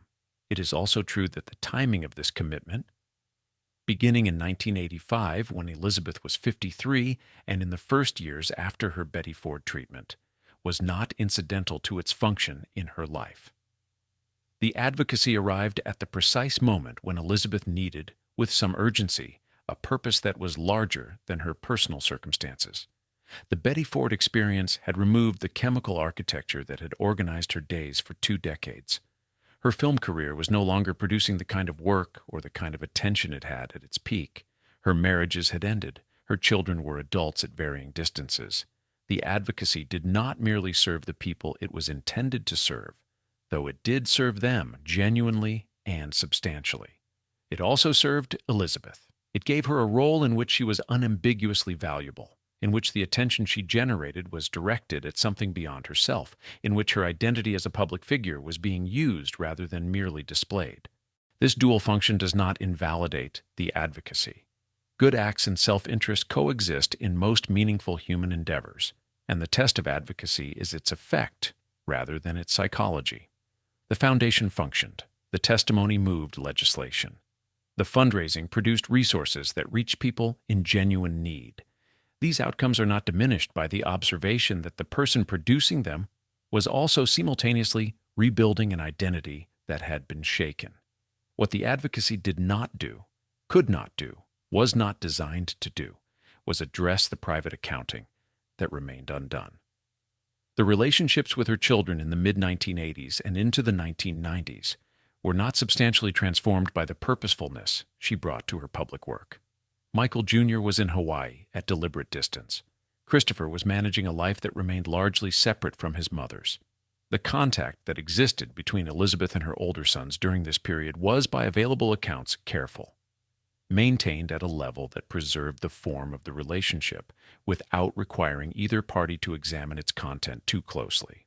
Liza Todd's relationship with Elizabeth during the 1980s and 1990s was closer and more active than her brother's.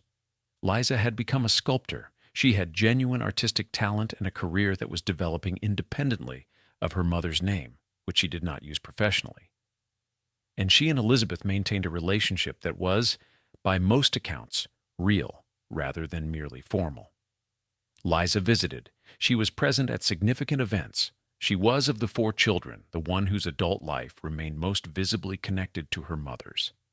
Maria, in her late 20s and into her 30s during this period, had married and was building a life in California. Her relationship with Elizabeth maintained the relative warmth that had characterized it since the post-Betty Ford years, though it was also a relationship in which Maria had long since learned to manage her expectations of what her mother could and could not reliably provide. In 1992, Elizabeth married for the 8th time Larry Fortensky, a construction worker she had met at the Betty Ford Center during her second stay in 1988, when she had returned for treatment of prescription drug dependency that had reasserted itself. He was 20 years her junior. The marriage lasted until 1996. The pattern had not broken. It had simply continued at lower amplitude, in the same direction it had always moved. In the years following Elizabeth Taylor's death on March 23, 2011, from congestive heart failure at Cedars-Sinai Medical Center in Los Angeles, a specific kind of public statement began to accumulate. They came from her children, from people who had known the family, from journalists who had covered her life across decades. They were, almost without exception, careful statements, measured, considered, shaped by people who had spent their entire lives understanding that words about Elizabeth Taylor would be received as public property rather than private expression. Michael Jr. issued a brief statement through a representative. It described his mother as a woman of great strength and generosity. It did not describe their relationship. It did not describe his childhood. It used the language of formal bereavement, the language that performs grief for an audience rather than expressing it to one person. And it said, between its lines, almost nothing about what 40 years of being Elizabeth Taylor's eldest son had actually been. Christopher's statement was similarly composed. It mentioned her humanity. It mentioned her courage in public causes. It did not mention the boarding schools, the rotating stepfathers, the childhood conducted largely in staff care, the years of managed distance. It was the statement of a man who had made a private peace with something and was not inclined to disturb that peace in public, least of all at the moment of his mother's death. These silences are not accusations. They are, in their own way, a form of testimony. The children of very famous people develop, of necessity, a relationship to public language that is different from the relationship most people have to it. They learn early that what they say about their famous parent will be received, amplified, and interpreted by people who have their own investment in the narrative. They learn that candor has costs that ordinary candor does not have. They learn to manage what they offer. The management itself is a skill developed in response to a specific childhood condition, which is the condition of growing up as a supporting character in someone else's very public story. What the four children had said over the years preceding their mother's death, in the rare interviews they gave and the occasional public appearances they made, amounts to a partial record from which certain patterns emerge. Michael Jr. had spoken in a 2000 interview with a British publication about his sense of having grown up in a household where the emotional temperature was determined entirely by his mother's current state. He used the word peripheral. He said that he had spent his childhood feeling peripheral to his own family's life. He said it without apparent bitterness, with the flatness of someone who has processed something enough to describe it accurately without being destabilized by the description. The interview was not widely circulated. It did not fit the prevailing narrative about Elizabeth Taylor, which required the children to function as evidence of her warmth rather than as independent witnesses to their own experience. Christopher had been somewhat more publicly visible than Michael Jr. during the preceding decades, having worked in various capacities in the film industry. This visibility had given him more occasions to speak about his mother, and what he had said on those occasions was consistently diplomatic. The careful diplomacy of someone who knows that any deviation from the positive narrative will be treated as a betrayal rather than an honest account. He had described Elizabeth as larger than life, as a force of nature, as someone who filled every room she entered. These descriptions were accurate. They were also, in their way, the descriptions of someone who found the room overwhelming. Liza Todd had been the most consistently present of the four in the years before Elizabeth's death. She had visited her mother during the final years when Elizabeth's health had been declining through a series of hospitalizations that began in the mid-2000s. Congestive heart failure had been diagnosed in 2004. There had been hospitalizations for pneumonia, for hip replacement surgery, for a series of cardiac events that her doctors managed with diminishing returns over the following 7 years. Liza was present at Cedars-Sinai during the final admission in February 2011 and was reportedly present at the time of death in late March. Her public statements in the aftermath were warmer in tone than her brother's. She spoke about her mother with a directness about love that Michael Jr. and Christopher's more guarded language did not attempt. She described Elizabeth as someone who was, in her private life, funnier and more ordinary than the public version, someone who watched television and laughed at herself and was capable, in the right circumstances, of being entirely without performance. This description was offered as a corrective to the monument version of Elizabeth Taylor, and it was probably accurate. It was also the description of someone who had spent considerable effort finding the ordinary woman inside the monument, the effort itself suggesting how much effort it required. Maria's public statements were among the most carefully managed of the four.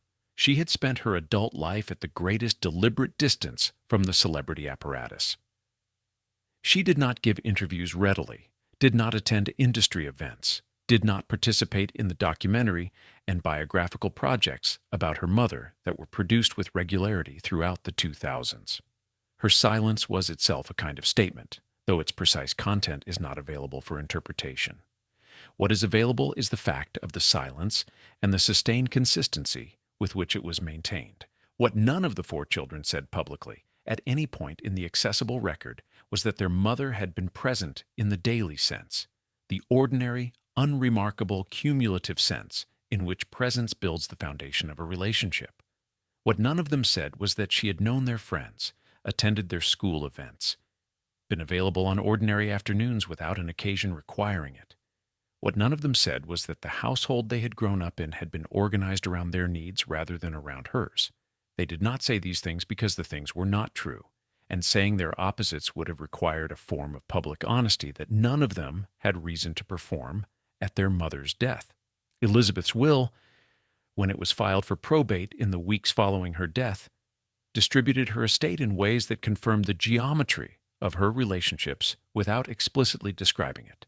The jewelry collection, valued at approximately $150 million when it was auctioned at Christie's in December 2011, was dispersed according to arrangements Elizabeth had made over years, with specific pieces designated for specific people. Liza received the La Peregrina pearl, the stone that had once been worn to dinner while Christopher waited at a table in Rome. The Christie's auction took place over 2 evenings in December 2011 in New York. The catalog ran to several hundred pages. Each piece had a provenance note, a history of ownership that traced the object backward through Elizabeth's hands to wherever it had originated, whether a Mughal emperor's court, or a South African mine, or a private European collection. The catalog was itself a kind of biography, organized not by chronology, but by acquisition, the story of a life told through the objects that had been collected to furnish it.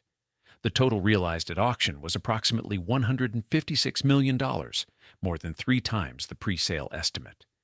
Bidders participated by telephone from multiple continents. The Taylor Burton diamond, which had been sold by Elizabeth in 1978 and then repurchased for a different necklace configuration, was not in the auction. It had passed through other hands by this point. But the Krupp diamond was there, and the La Peregrina, and the Bulgari pieces, and the emeralds from the Burton years, and the smaller, quieter pieces from the marriages that had preceded Burton and followed him. The room at Christie's was full. The telephone lines were active. The numbers climbed with a consistency that suggested the collection was being received not merely as jewelry, but as artifact, objects whose value was inseparable from the biography attached to them. What the auction made visible, in its aggregate, was the specific grammar of Elizabeth's emotional life. The pieces Burton had given her were the largest, the most historically significant, the most discussed in the catalog notes.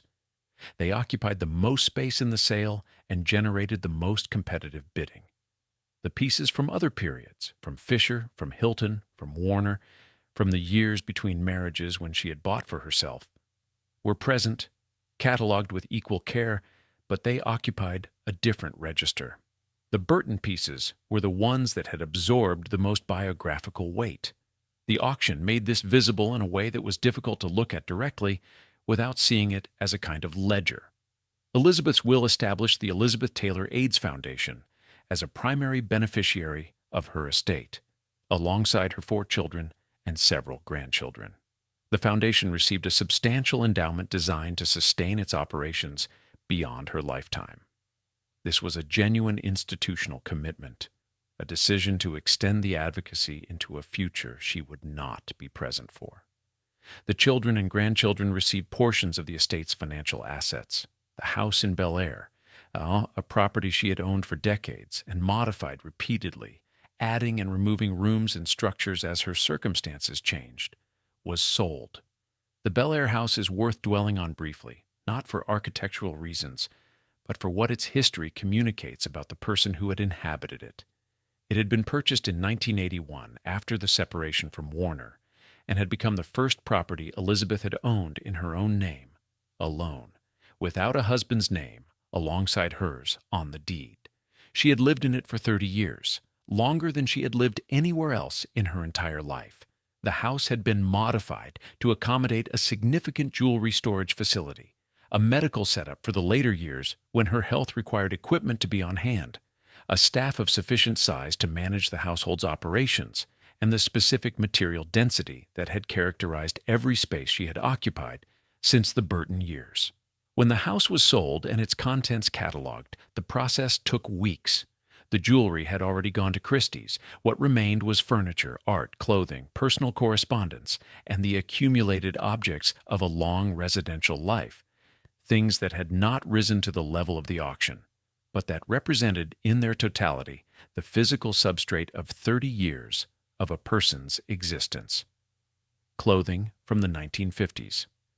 Scripts with handwritten notes in margins. Photographs. Letters that had been kept and letters that had not been sent. The kind of material that in ordinary lives is sorted through by family members who know what it means.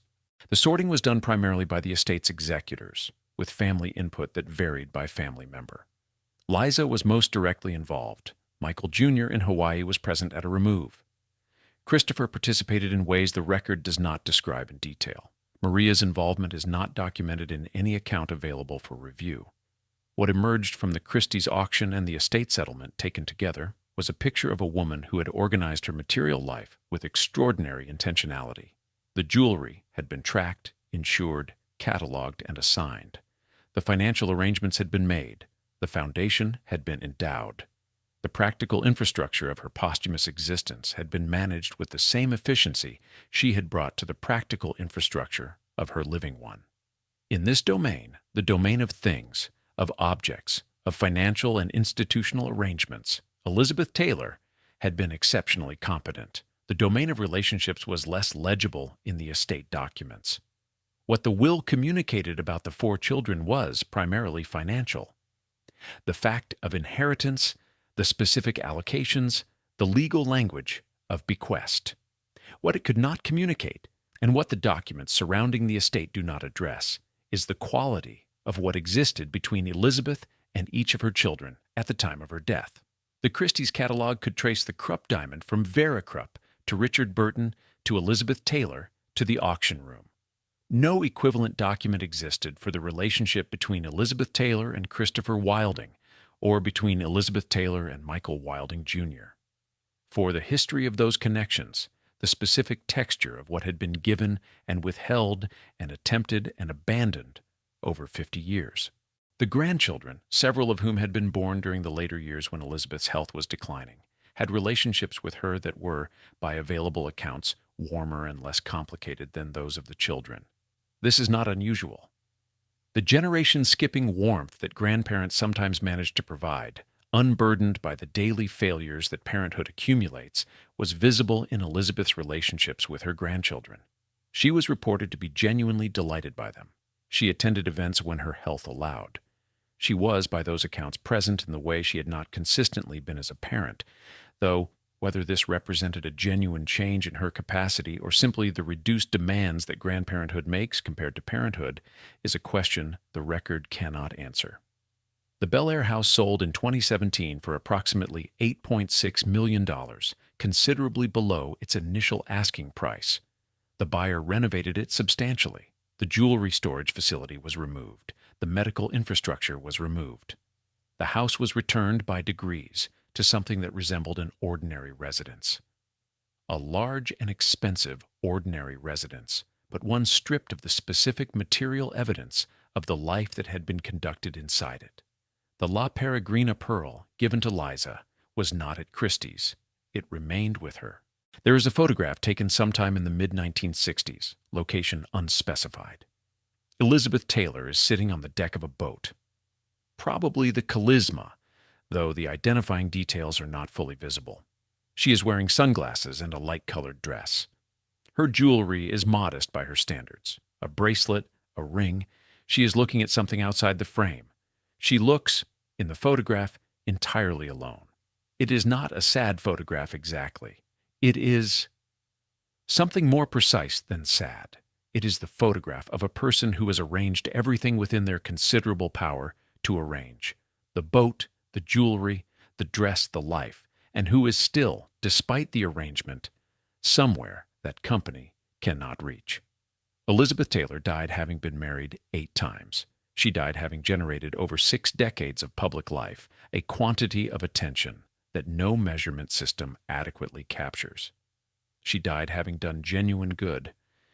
The AIDS Foundation she built continued distributing funds to people in need long after she was gone, and the legislative pressure she applied at a moment when the government was choosing not to see an epidemic was real and consequential. She died having collected objects of extraordinary beauty and historical significance, and having given some of them away, and having sold others, and having kept the ones that carried the most weight from the years she considered most alive. She died with 4 children who issued careful statements. Michael Jr. remained in Hawaii. Christopher remained at his own measured distance. Liza had the La Peregrina. Maria had her silence. What the record does not contain is a single account from any of the 4 children of a moment in which their mother was simply present. Not performing, not managing, not being Elizabeth Taylor for an audience of any size, but present in the unremarkable way that leaves children with a baseline sense of being held. This absence in the record may reflect the limits of documentation. It may reflect the children's characteristic discretion about their private lives. It may reflect something else. The diamonds are in private collections now, or in museums, or in vaults whose owners are unknown. The charisma changed hands several times after the Burton years and eventually fell into disrepair. The Bel Air house was renovated into something unrecognizable. The films remain, and the photographs remain, and the foundation continues its work in her name. What remains harder to locate is the answer to a question that the life reviewed in its totality keeps producing. What did she actually want? Not what she acquired, not what she performed, not what she said in interviews shaped by the publicity logic of 60 years, but what she wanted in the quiet that the photograph on the boat suggests she sometimes found herself in, whether she sought it or not. The question does not have an answer in any document, any will, any auction catalog. It may not have had an answer for her either.